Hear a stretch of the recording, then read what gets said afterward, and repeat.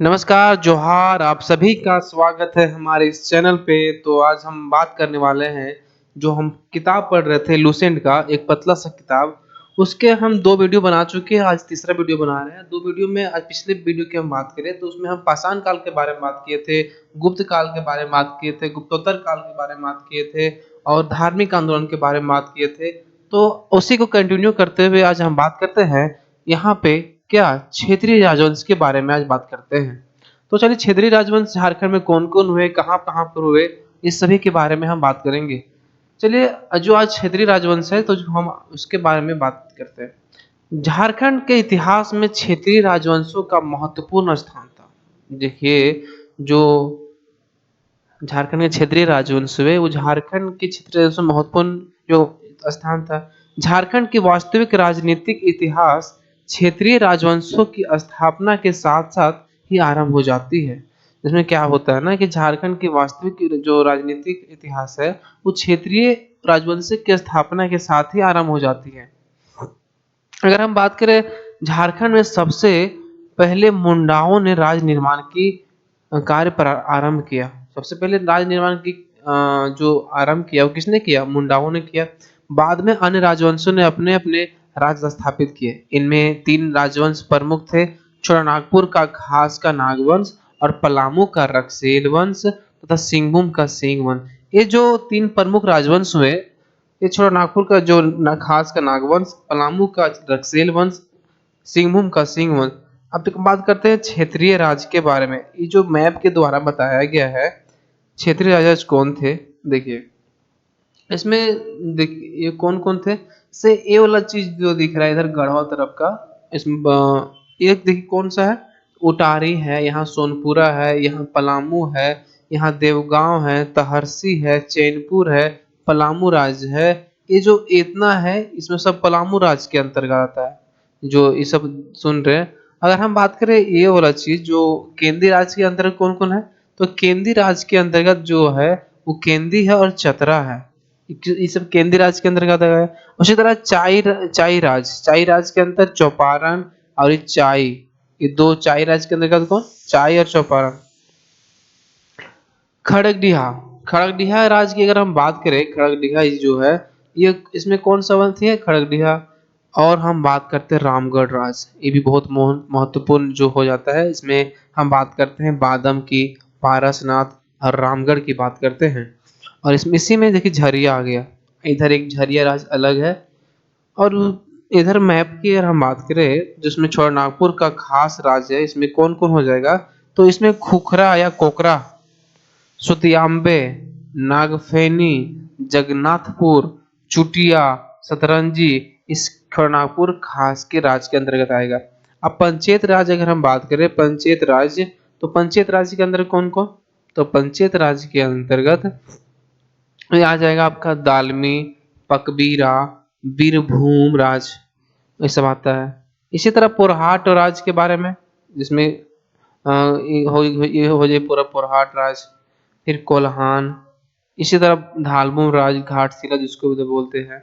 इसी तरह सब राजवंश हुए और इस सबको विस्तृत हम आगे जानकारी देंगे, इस बस मैप के थ्रू बता दिया गया इस बुक में।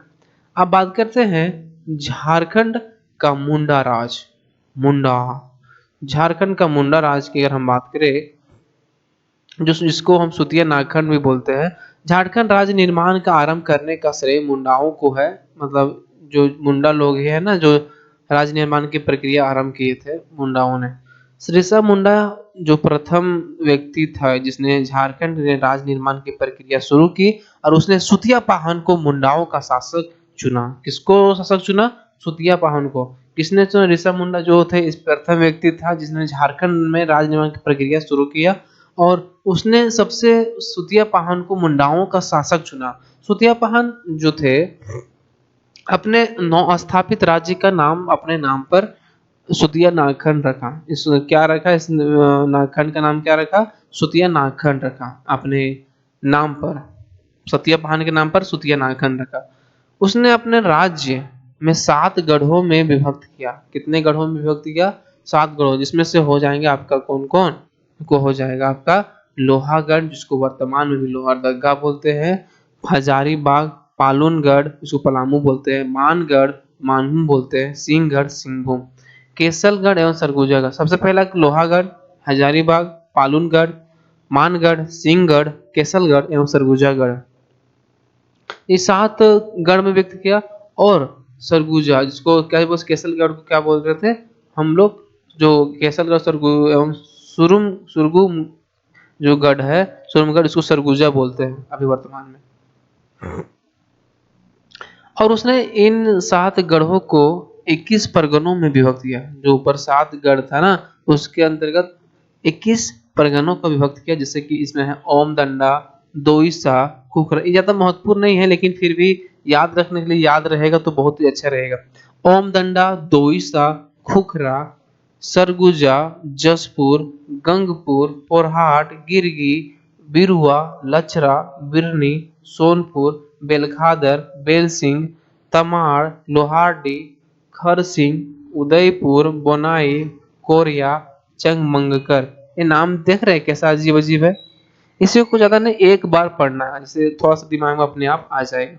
इन नामों से स्पष्ट है कि सुतिया नागखंड जो सुतिया नागखंड राज प्राय समस्त झारखंड क्षेत्र में फैला होता है। जितना नाम जो है अलग अलग क्षेत्र का है, इस सब राज्यों क्षेत्र में अलग अलग फैला हुआ था। दुर्भाग्य से यह राज्य ज्यादा अस्थायी सिद्ध नहीं हो सका, इसमें मतलब ज्यादा दिन तक नहीं चल सका। मतलब कहने का मतलब है कि जो उसमें जो थे वो राज ज्यादा दिन तक चल नहीं सका। और मदरा मुंडा जो हुए वो मुंडाओं के अंतिम राजा साबित हुए। मदरा मुंडा क्या हुए, मुंडाओं के अंतिम राजा साबित हुए। अगर हम फिर से बात करें छोटा नाग, आते हैं छोटा नागपुर के खास नागवंश के बारे में। छोटा नागपुर खास के नागवंश के बारे में बात करते हैं। तो मुंडा राज्य का स्थान नागवंश ने ले लिया। कौन ले लिया ना भाई, नागवंश ने ले लिया। छोटा नागपुर खास के नागवंश के संस्थापक का नाम फनी मुकुट राय था। कौन, फनी मुकुट राय ने नागवंश का स्थापना किया। और इन्होंने ही जो ऊपर हम लोग देख रहे थे, कौन सा देख रहे थे, तो हम लोग देख रहे थे ये वाला, क्या नाम था इसका बताइए, जो हम लोग मुंडा राज देख रहे थे, जो सुतिया नागखंड था, इसी का नाम, इसी को इस ज्यादा दिन नहीं चल सका। अब इसके जो मदरा मुंडा थे वो अंतिम शासक हुए। तो नागवंश राज्य की स्थापना के समय से को लेकर विवाद है। जो जे रीड का मत ज्यादा तर्कसंगत है, जे रीड का मत ज्यादा तर्कसंगत है। उनके अनुसार नागवंशी राज्य की स्थापना 10वीं सदी में हुई। कब हुई, नागवंश की स्थापना, नागवंशी राज्य की स्थापना 10वीं सदी में हुई। जनश्रुति के अनुसार फनी मुकुट राय पुंडरिक नाग एवं वाराणसी की ब्राह्मण कन्या पार्वती का पुत्र था। कौन, ये जो फनी मुकुट राय है पुंडरिक नाग की वाराणसी कन्या। ये देखिए, ये बहुत इंपॉर्टेंट हो जाएगा कि पुंडरिक नाग एवं वाराणसी ब्राह्मण की कन्या पार्वती का पुत्र था। इसे मुंडा वंश का अंतिम शासक मदरा मुंडा एवं अन्य नेताओं की सर्वसम्मति से शासक चुना गया। किसके, मदरा मुंडा के नेतृत्व मुंडा अन्य नेताओं की सर्वसम्मति से यह शासक चुना गया। उसके शासन काल में 66 परगने, उसमें कितना था सुतिया नागखंड में, तो उसमें 21 परगना था। और जबकि नागवंशी से जो आया इसमें कितना परगना हो गया, 66 परगना। 22 घटवारी, 18 खोखरागढ़ में, 18 दोईसागढ़ में तथा 8 जरचीटगढ़ में था। नागवंशी राज्य के पूर्व पंचेत राज तथा पश्चिम में क्योंझा राज स्थित था। पश्चिम में कौन सा राज्य था, क्योंझा राज स्थित था। फनी मुकुट राय का या फनी मुकुट राय का विवाह पंचेत के राजघराने में हुआ। फनी मुकुट राय का जो विवाह कहाँ हुआ, पंचेत के राजघराने में हुआ। उसने पंचेत की राजा की मदद से क्योंझर नरेश को पराजित किया। पंचेत की राजा की मदद से क्या किया, कि क्योंझर को पराजित किया। उसने अपनी राजधानी सुतियाम्बे में एक सूर्य मंदिर का निर्माण करवाया। किसने, फनी मुकुट राय ने अपने सूर्य मंदिर का निर्माण करवाया। अपने राज्य में गैर आदिवासियों को भी बसाया। क्या किया, अपने राज्य में क्या किया, गैर आदिवासियों को भी बसाया। उसके राज दरबार में स्थान पाने वाले गैर आदिवासियों में कायस्थ जाति, कायस्थ जाति जो थे ना, ये बहुत ही इम्पोर्टेंट हो जाएगा। ये कायस्थ जाति का पांडे भाव राय श्रीवास्तव प्रमुख था। कौन, भावराज श्रीवास्तव प्रमुख था। जिसे दीवान बनाया गया था। फनी मुकुट राय के बाद क्रमशः मुकुट राय, मदन राय तथा प्रताप राय, कौन कौन हो जाएगा? मुकुट राय, मदन राय, प्रताप राय नागवंश राज्य के शासक बने। और चौथा नागवंशी राजा प्रताप राय जो सुतियांबे से राजधानी बदलकर चुटिया ले गया। कौन? प्रताप राय क्या किया ना कि सुतियांबे में राजधानी था, उसको कहाँ पे ले गया? उसको चुटिया ले गया। उसने सुदूर काशी तक के लोगों को आमंत्रित कर राजधानी चुटिया में बसाया।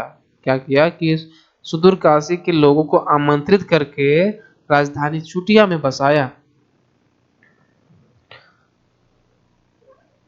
नागवंशी राजा भीमकर्ण जो था 1095 से 1184 एक प्रतापी शासक था। वह पहला नागवंशी शासक था जिसने राय के स्थान पर कर्ण की उपाधि धारण किया। बहुत ही इम्पोर्टेंट होने वाला है। कौन था राय था? नागवंशी राजा भीमकर्ण उपाधि धारण किया। यह उपाधि परिवर्तन कलचुरी राजवंश के संपर्क से परिणाम था।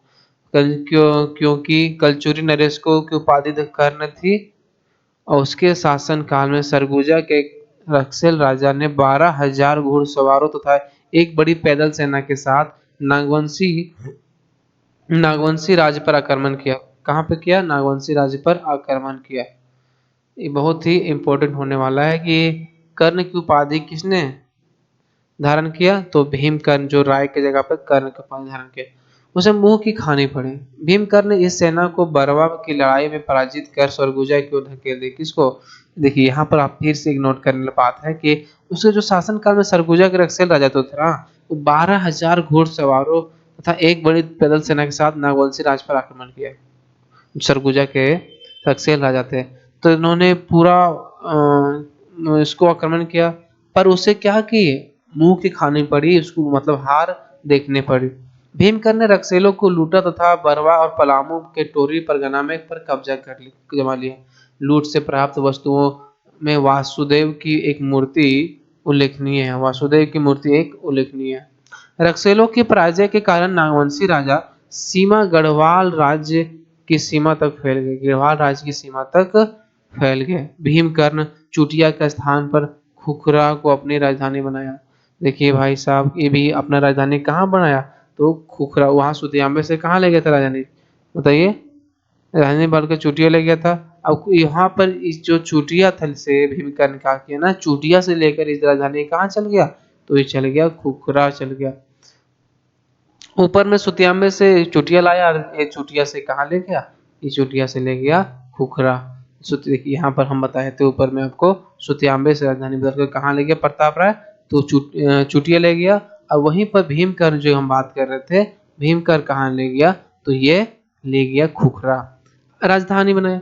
उसने राजधानी परिवर्तन मुस्लिम आक्रमणकारियों से संभावित आक्रमण से बचने के लिए किया। मतलब उसका यह भय था कि ये मुस्लिम आक्रमण हो ना जाए, क्योंकि चुटिया बंगाल पर आक्रमण करने वाले तुर्कों के मार्ग में अत्यंत निकट था। जो चुटिया था ना, बंगाल की जो आक्रमण हो रहा था वो बहुत ही निकट था। इसीलिए बोला नहीं, यहाँ पर रहने से अच्छा है कि हम खुखरा को राजधानी ले जाएं।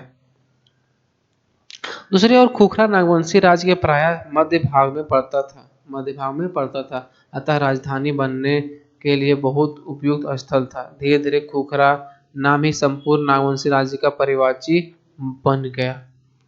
भीमकर्ण ने भीम सागर का निर्माण करवाया, जो आज भी विद्यमान है। भीमकर्ण ने क्या किया?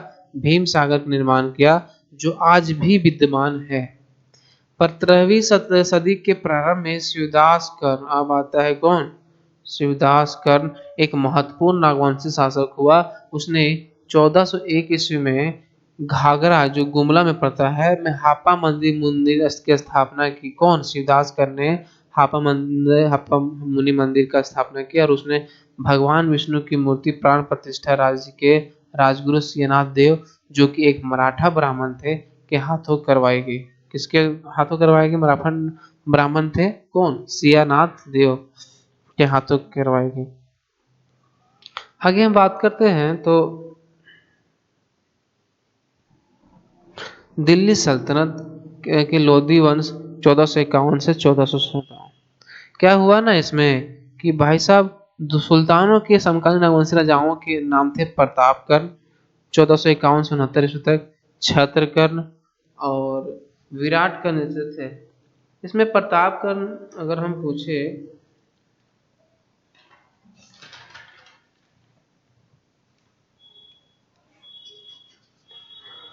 प्रतापकर्ण 1451 से 69 और छत्रकर्ण 1469 से 96 एवं विराट कर्ण। ये प्रतापकर्ण के समय के नागवंशी राज अनेक हटवार राजाओं के विद्रोह से त्रस्त थे। तमाड़ के राजा ने राजधानी तमाड़ के राजा के राजधानी खुखरागढ़ को घेराबंदी कर प्रतापकर्ण को कर्ण के किले में बंदी बना दिया। प्रतापकर्ण ने खेरागढ़ के खरवार राजा बागदेव की सहायता से किले की घेराबंदी से मुक्ति पाई। बागदेव ने तमाड़ के राजा को विद्रोह का दमन किया और पुरस्कार स्वरूप उसे कर्णपुरा का क्षेत्र दिया गया। किसको? तो जो विद्रोह का दमन किया बागदेव तमाड़ राजा के बागदेव को बोल रहे भाई साहब। बागदेव ने क्या किया? तमाड़ के राजा के विद्रोह को दमन किया और पुरस्कार स्वरूप उसे कर्णपुरा का क्षेत्र दिया गया। छत्रकर्ण के समय वासुदेव की मूर्ति कोराम्य में प्रतिष्ठापित की गई। इस मूर्ति छत्रकर्ण के नेतृत्व में क्या किया गया कि वासुदेव की मूर्ति कहाँ पर स्थापित की? कोराम्य में प्रतिष्ठापित की गई। इस मूर्ति से आकृष्ट होकर बंगाल के प्रसिद्ध वैष्णव संत चैतन्य महाप्रभु 1485 से 1527 मथुरा जाने के क्रम में जो वैष्णव संत चैतन्य महाप्रभु थे, वो कहाँ का किए ना कि मथुरा जाने के क्रम में 16वीं सदी आरंभ में झारखंड आया। किंवदंती है कि चैतन्य महाप्रभु नागवंशी राज्य की परंपरागत क्षेत्र में कुछ दिनों के लिए रुके थे और जनजातियों के बीच अपने मत का प्रचार किया था। क्या किया था ना कि जनजातियों के बीच अपना मत प्रचार किया था। 1498 ईस्वी में संध्या के राजा ने नागवंशी राजा पर आक्रमण कर कुछ इलाकों पर अधिकार जमा लिया और नागवंशी राजा ने खेरागढ़ राजा लक्ष्मी निधि कर्ण की सहायता से अपने खोए हुए प्रदेश को वापस पाया। नागवंशी राजा विभिन्न स्थलों से राजधानी बनाकर आधुनिक काल तक के राज्य करते रहे। नागवंशी राज्य की राजधानियां के क्रम इस प्रकार है। सुतियाम्बे चुटिया सुतियाम्बे फनी मुकुट राय था। यहाँ पर कौन हो गया?